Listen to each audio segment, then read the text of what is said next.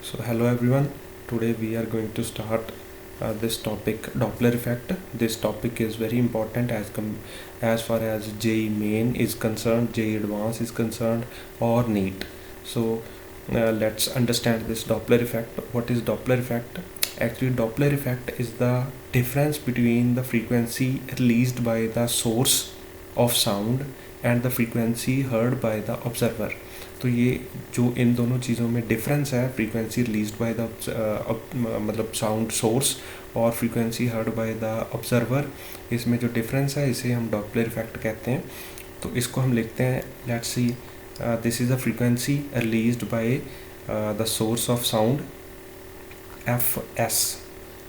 This is the frequency released by source of sound, frequency released by source of sound, and frequency heard by observer is equals to velocity of sound plus minus velocity of observer divided by velocity of sound plus minus velocity of source into frequency of sound. तो ये जो है, this is a frequency heard by observer. This is frequency heard by observer. This is a frequency heard by observer. तो इसको हम अगर थोड़ा elaborate करने की कोशिश करें तो हम इसको ऐसे इलेबरेट कर सकते हैं that f is equals to velocity v plus vo upon v minus vs into fs. इसका क्या मतलब है? If this is let's say this is source of sound, let's say this is source of sound, this is source, and let's say this is observer. If source is moving like this and observer is moving like this in this direction, then we will apply this formula. Why? Because if observer starts moving in this direction, the frequency heard by observer will increase. So यहाँ पे जो इसका numerator है वो increase हो जाएगा, बड़ा हो जाएगा. और अगर सोर्स इस तरफ चलना स्टार्ट कर देगा देन फ्रीक्वेंसी विल इंक्रीज़. सो इसका डिनोमिनेटर है जो छोटा हो जाएगा. इसी तरह हम ऐसे भी लिख सकते हैं, frequency heard by observer is equals to we minus V O if this observer starts moving in this direction. अगर वो ऑब्जर्वर इस डायरेक्शन में स्टार्ट करना मूव कर दे तो ये जो फ्रीक्वेंसी है इसकी वो कम हो जाएगी, तो ऊपर नेगेटिव आ जाएगा. और अगर जो मेरे पास सोर्स ऑफ साउंड है वो इसी तरह ही मूव करता रहे, इसी तरह दिस इज सोर्स, तो जो फॉर्मूला है that will B divided by v minus V S. Because अगर वो इस तरफ मूव करेगा तो जो फ्रीक्वेंसी हर्ड बाय ऑब्जर्वर है वो इंक्रीज़ करेगी. ओके. और देखिए, अगर सोर्स ऐसे मूव करना स्टार्ट कर दे, if source starts moving like this and observer moves like this, observer, then ये जो फॉर्मूला है that will be something like this: frequency heard by observer is equals to velocity of sound plus velocity of observer divided by velocity of sound plus velocity of source. ये नीचे denominator में plus इसलिए आया because this is going to decrease the frequency. और देखिए, अगर मेरे पास जो ऑब्जर्वर है, ये सोर्स है, ये ऑब्जर्वर है, ऑब्जर्वर इधर मूव करना स्टार्ट कर दे, this is observer and this is sound source. If it starts moving like this source, तो जो फॉर्मूला बनेगा that will be equals to f o is equals to we minus v nought. Because ये इधर move कर रहा है तो frequency heard by the observer will decrease, divided by, अगर ये सोर्स इस तरफ मूव कर रहा है तो into frequency of sound.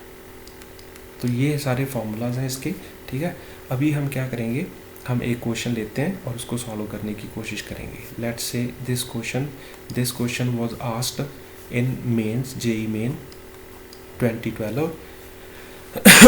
A train moving with the speed of 200 metre per second, ये 200 मीटर पर सेकेंड से ट्रेन मूव करिए towards the stationary object emits a sound of frequency 1000 hertz.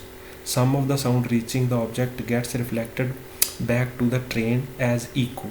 The frequency of the echo as detected by the driver of the train is what? And speed of the sound in air is given like this. तो इस question को अगर हम solve करना start करें तो let's say this is a train, हमारे पास एक ट्रेन है and this is moving like this, और सामने एक वॉल है, वॉल मान लेते हैं, दिस इज़ वॉल. तो इसकी जो स्पीड है this is 220 metre per second. ठीक है, तो वॉल को पहले केस के लिए फॉर केस 1 हम इसको वॉल को ऑब्जर्वर मान लेंगे, वॉल एज ऑब्जर्वर, वॉल को हम ऑब्जर्वर अज्यूम कर लेंगे. तो what is the frequency heard bye wall, तो वो मेरे पास आ जाएगी दैट वेलोसिटी ऑफ साउंड 330, ऊपर आता है हमारे पास velocity of observer that is at rest because this wall is at rest.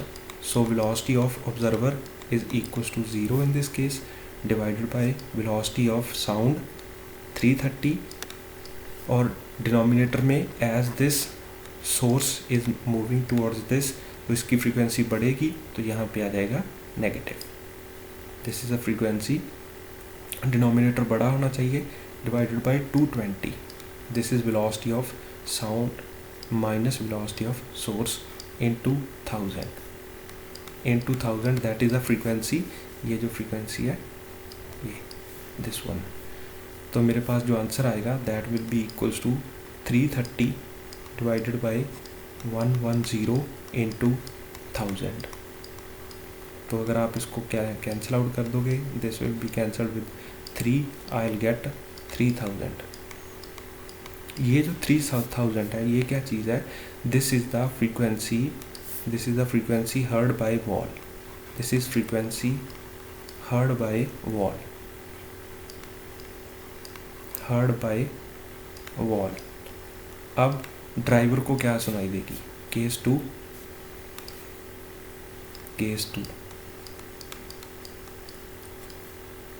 अब जो वॉल है उसे हम सोर्स मानेंगे, wall as source of sound, wall को हम सोर्स ऑफ साउंड मान लेंगे. Then frequency heard by driver, तो ड्राइवर को क्या सुनाई देगी, that will be equals to, अब velocity of sound is 330 plus velocity of observer is velocity of observer, ये जो ऑब्जर्वर है वो साउंड सोर्स की तरफ जा रहा है. ठीक है, ये जो ऑब्जर्वर है वो इस तरफ मूव कर रहा है, तो ये 220 में ऐड हो जाएगा डिवाइडेड बाय 330, और जो साउंड सोर्स है that is eight rest, so plus 0 into ये जो फ्रीक्वेंसी अब ये रिलीज़ करेगा, इन दिस केस ये जो रिलीज़ करेगा frequency released that is equals to 3000. तो ये 3000 हर्ट्ज़ की फ्रीक्वेंसी रिलीज़ करेगा. तो अगर आप यहाँ पे 3000 मल्टीप्लाई कर दोगे विल गेट, क्या मिलेगा हमें मिलेगा ये 550 डिवाइडेड बाय 330 इनटू 3000. अगर आप इसको सॉल्व करोगे यहाँ पे आ जाएगा 3 और यहाँ पे आ जाएगा 5, you will get 5000 hertz. This is the final answer. तो इसका फाइनल आंसर क्या है, 5000 hertz. This is the final answer. ठीक है, ऐसे क्वेश्चंस के लिए सब्सक्राइब कीजिए gravity institute. You will get more information, more knowledge. Thank you.